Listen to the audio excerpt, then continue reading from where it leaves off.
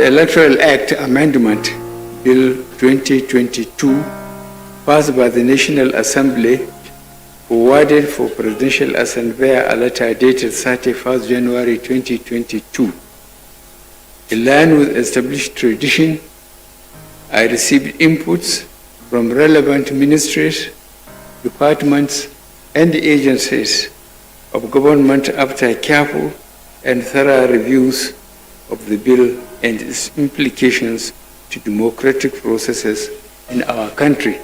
President Muhammadu Buhari on the 25th of February 2022 signed the new Electoral Act, which repeals the Electoral Act No. 6, 2010.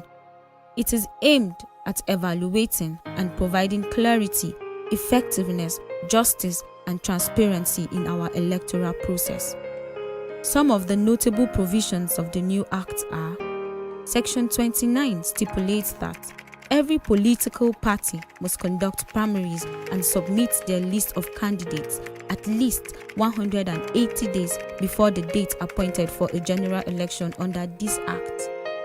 Section 65 states that INEC can review results declared under duress or contrary to the provisions of the law, regulations, guidelines, and manual for the election within 7 days. Section 3. The election funds due to the Commission for any general elections are to be released to the Commission not later than 1 year before the next general election. Section 51 says that the total number of accredited voters will become a factor in determining overvoting at election tribunals. Section 54 makes provisions for people with disabilities and special needs to be assisted at the polling place by the provision of suitable means of communication.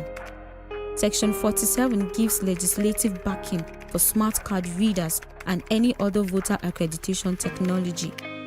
Section 62 mandates the Commission to compile, maintain, and update on a continuous basis a register of election results to be known as the National Electronic Register of Election Results.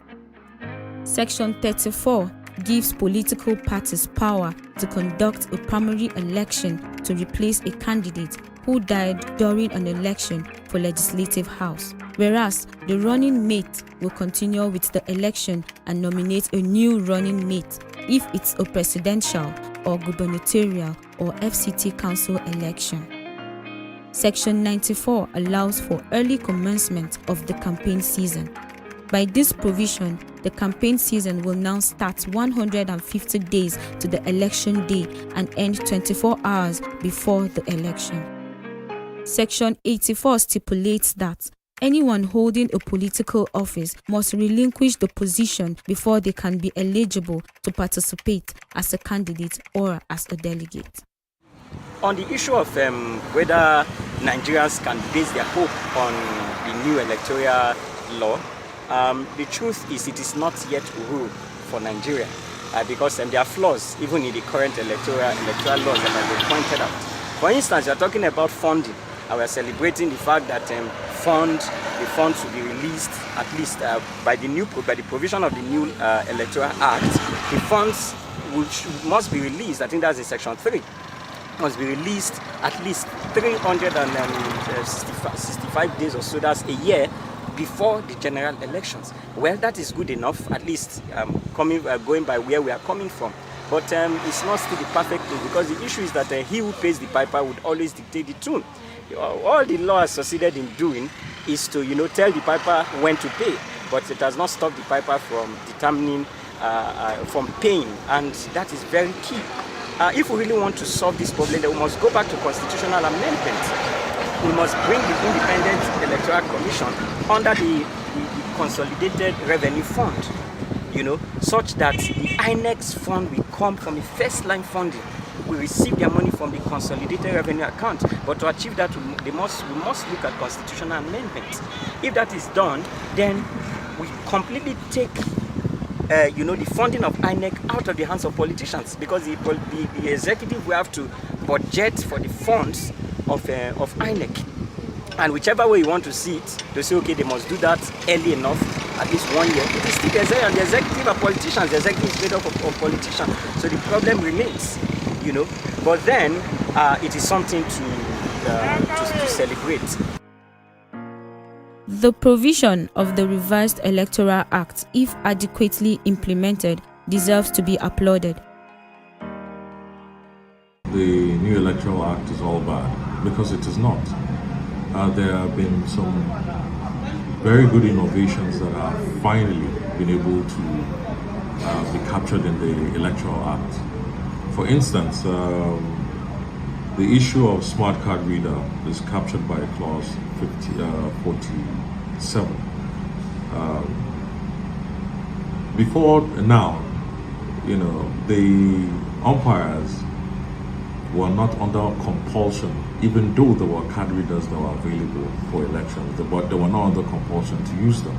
So you had situations whereby some sections of the country in elections before, in the most recent past, were not used, and you could not compel them or go to court and say, well, those places where card readers were not used, the results could be invalid if they use other method or the older methods that were used for collection of results. It was fine. But now we have a situation whereby, you know, it has been legislated upon, and that is the standard. And you would remember what happened in Kogi that led to the emergence of the present Kogi state governor, where someone had won the elections and, you know, became deceased. There was a lot of discussions as to what should be done in that regard. Now the law makes it very clear that another election can be held such that, you know, the person who would be fielded as governor, like in the case of Kogi State, would be someone who had gone through the electoral process to stand as governor. So another election can be held so that can be sorted out. The issue around which was quite contentious in time past also, is regarding the transmission of results. Clause 50 particularly deals with the transmission of results. In time past, even if there was a semblance of transmission from the polling units directly to the collation centers, there weren't under any legal compulsion to be able to do that, and anybody could. Sometimes you find that the results at the polling units is different from the one at the collation center. But now, as the elections are going on at the polling units, the law allows for a transmission from the polling units to the collation center, so that everything is put together. Now, what 84 clause 84 tended to do, which was one of the most famous talking points in recent times, statutory delegates. A lot of people who initially thought that by virtue of the positions that they held or are holding, whether House of Assembly, whether political appointees, in time past, apart from the delegates that are elected at the ward levels, if you are a House member from a particular ward, you are an automatic statutory delegate. But what happened during this election circle, and by virtue of this particular electoral act, is that there were no statutory delegates. So you had very few people who are supposed to elect, you know, individuals for very crucial and momentous offices, you know, in Nigeria today, which I hold a personal opinion that there should be much more individuals, you know, having that conversation as to whether or not, you know, person A, B, and C should go for, and not just left to individuals who may not understand the dynamics of a particular office and understand why, you know, this person should be better suited to hold his office than that person. Two key parts that cannot be overlooked are the transmission of election results electronically on party primaries. Our elections have been historically marred by violence. There are instances where we have conflicting results at collation centers, which differs from what was obtained at the polling unit. Transmission of results electronically mitigates these hiccups encountered using the existing analog methods, which involves manipulations and sometimes outright change of election results. Intimidation of INEC officials and delay in collation and result announcement.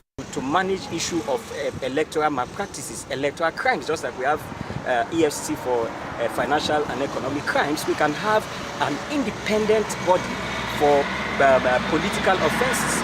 When we have that, you see that they will be effective in prosecuting these offenses rather than leaving it to the commission or to the police to actually prosecute electoral offenses, which they never do. But by the time we have an organization like an independent organization to punish electoral malpractices and offenses, then you see that it will become a serious offense in Nigeria, and the politicians will be a bit more mindful. Now, where the electoral law is concerned, it touches directly on the modalities for bringing them into office. National Assembly members, particularly, amongst other political office holders. The question is this: has it always been, or what we had before, and what was signed into law in February 2022, do we finally have a document that speaks to the wills, the dreams and aspirations of every Nigerian? Probably not. One of the things that has made it very clear is to see how to lean back and just envisage or cast our minds back to the last elections that was held before now. You would remember that there was a great clamor from within and outside of the country because we were at the verge of another election, but all of that did not move the political class to pass that particular electoral law into being. Now it took us more than about 4 years to be able to get to this threshold once again, just at the point of another election. And that is where we were, shocked, or we got quite a lot of clauses that people did not expect was going to turn out the way they did. So the question ultimately is, do we have an electoral law that speaks to the aspiration of the people? My answer would be no. We have a great law, we have a great body of clauses in the Electoral Act, and we believe that more can be done to be able to put the people first. Secondly, direct primaries by political parties helps to curtail influence of prominent party members, popularly referred to as godfathers. This will help curtail the present use of party delegates that are ruled mainly by money politics, as we've seen happen in the just concluded APC and PDP primary elections. Join Nigeria Now special edition live on Equa Television Africa on the 12th of June as we look at the history of democracy from the military rule to the present political era and where the country is headed come 2023 on the June 12th show. The show is driven by Lois Suraki and Sambo Solomon, only on Equa Television Africa. June 12th is celebrated nationally as Democracy Day in Nigeria, which marks the beginning of democratic rule in Nigeria. How far have we come with that as a country? Join us on the June 12th special edition of Today's Life as we rate the progress of Nigeria from the inception of democracy till date. Equa Television Africa plans to make your Democracy Day a memorable one with breathtaking live shows, documentaries, and musicals of hope from 7 a.m. to 9 p.m. on the 12th of June 2022. Keep the dial on Equa Television Africa and YouTube/Facebook at Equa Television. You can call +234 704 052 2220. You can also reach us on WhatsApp during all live shows.